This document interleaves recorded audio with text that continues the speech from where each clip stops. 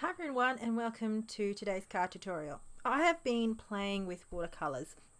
As part of my Altenew Academy Educator program, I'm experimenting a lot with watercolours, and today I'm playing more with the Colourburst range that I've already had in my stash. However, I did use these Altenew Wallpaper art, and I have to say I love the illustration of this image and the images in this stamp set, sorry.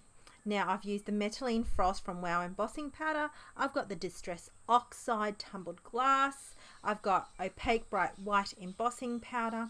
And I'm going to just pretty much play an ink blend and watercolor in today's tutorial. I'm going to explain my process and how I created this card. The first card I brought on the screen, I've already pre-made like a peach kind of color, and today I'm going to make a blue tone color. I'm really loving the blue hues lately, so that's why I've collected a little bit of blue embossing powder, watercolors to paint with, etc. So I have got a 5x7 card base here. I've got a medium size Misty, or the regular size Misty, and I've just mounted my leaves in an arrangement where I can fit the 3 floral clusters over the top of that.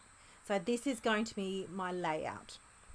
With the Metaline Frost embossing powder, this pretty much has like an iridescent sheerness to it. So when heat embossed, it's actually not a strong color, but I wanted something so it kind of went in the background, but also you could still see the detail and capture the leaves element in this floral arrangement.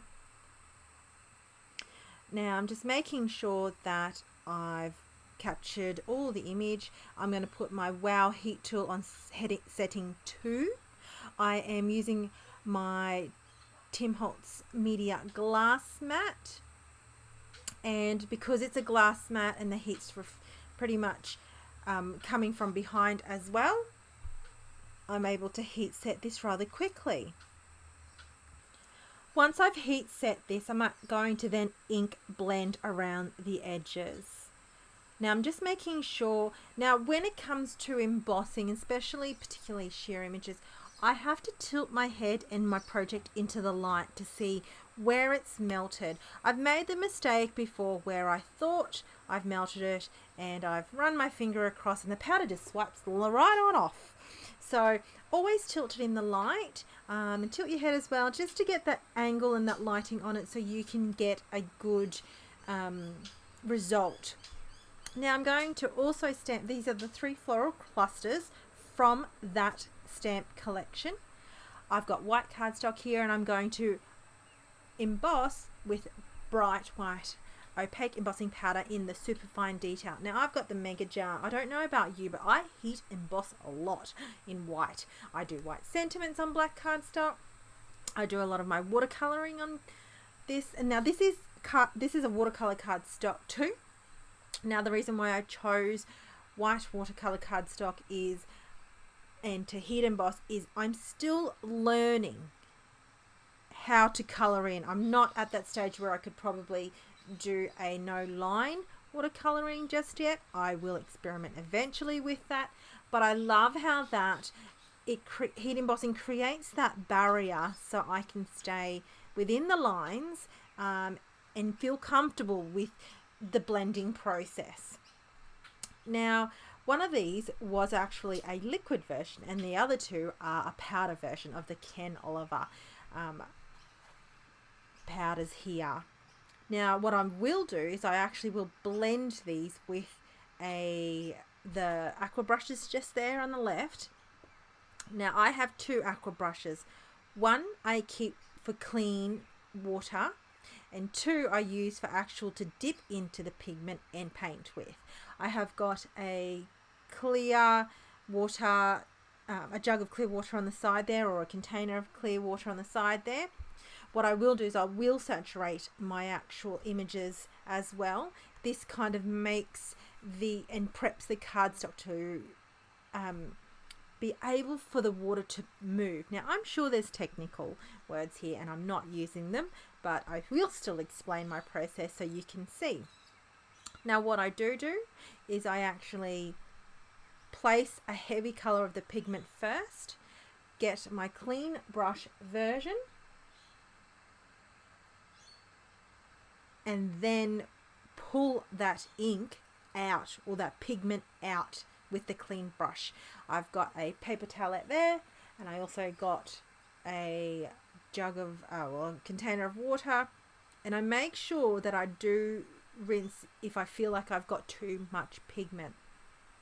So I've kept this process of this actual whole flower in here, so you get to see the whole colouring process. Now I go through each petal, and then if I feel like each petal needs a little bit more depth, I add some more pigment and I just keep working. Now, with good quality watercolour cardstock, I've got the Ranger version here. You can keep adding and layering, and that's the beauty of watercolouring. You can layer a lot of the pigments. For me, my technique today is to really try and master that pulling technique with a clean brush to get more like a seamless type of blend. And it takes me a little bit of practice and doing the florals 3 times over to, you know, feel like I've kind of getting the grasp of that technique. As I'm telling you, and you can't not see me, if only you could see me in the process, my hands are just floundering around. I'm very animated when I speak, and especially when I feel passionate about something I've discovered and I'm trying to share it. So just picture me just, you know, hands floundering around. All right, so with the 3, I didn't show you the other 2.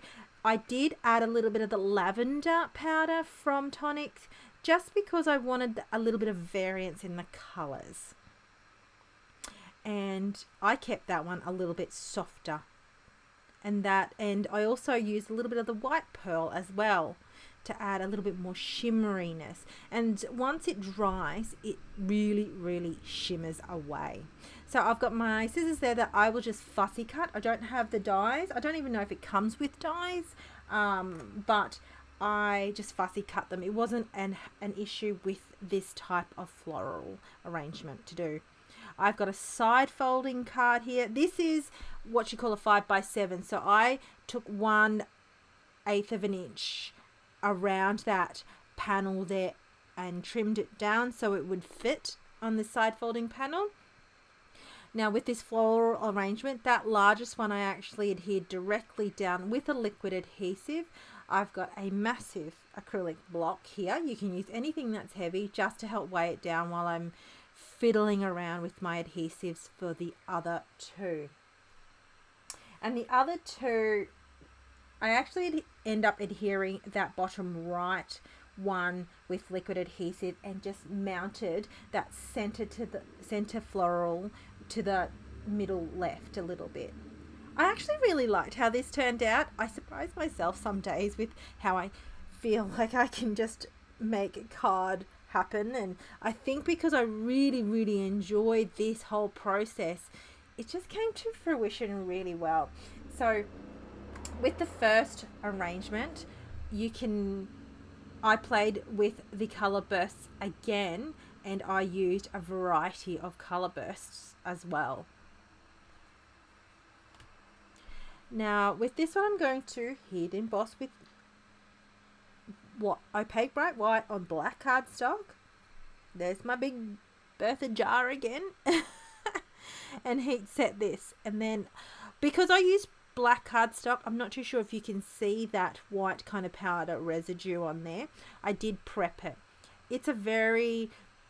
I live in a very kind of in Australia here, and it is humid, so I do have to prep when specifically if I'm heat embossing on black. And that finishes off my card for today. All I've done is just done my sentiment, adhered that down with foam mount tape, and that's exactly what I did with the first one as well. And that's it. So I made a miss you and a thank you. I hope you enjoyed today's process, and I hope, me explaining that a little bit, you get a bit of understanding how I work with this technique. So thanks everyone for watching. I hope you enjoyed today's card creation. See you later. Bye. If you want to see more of these creations, please hit the thumbs up. Leave me a comment. I love reading your comments. You've been also kind to me as always, and I will catch you next time. See ya.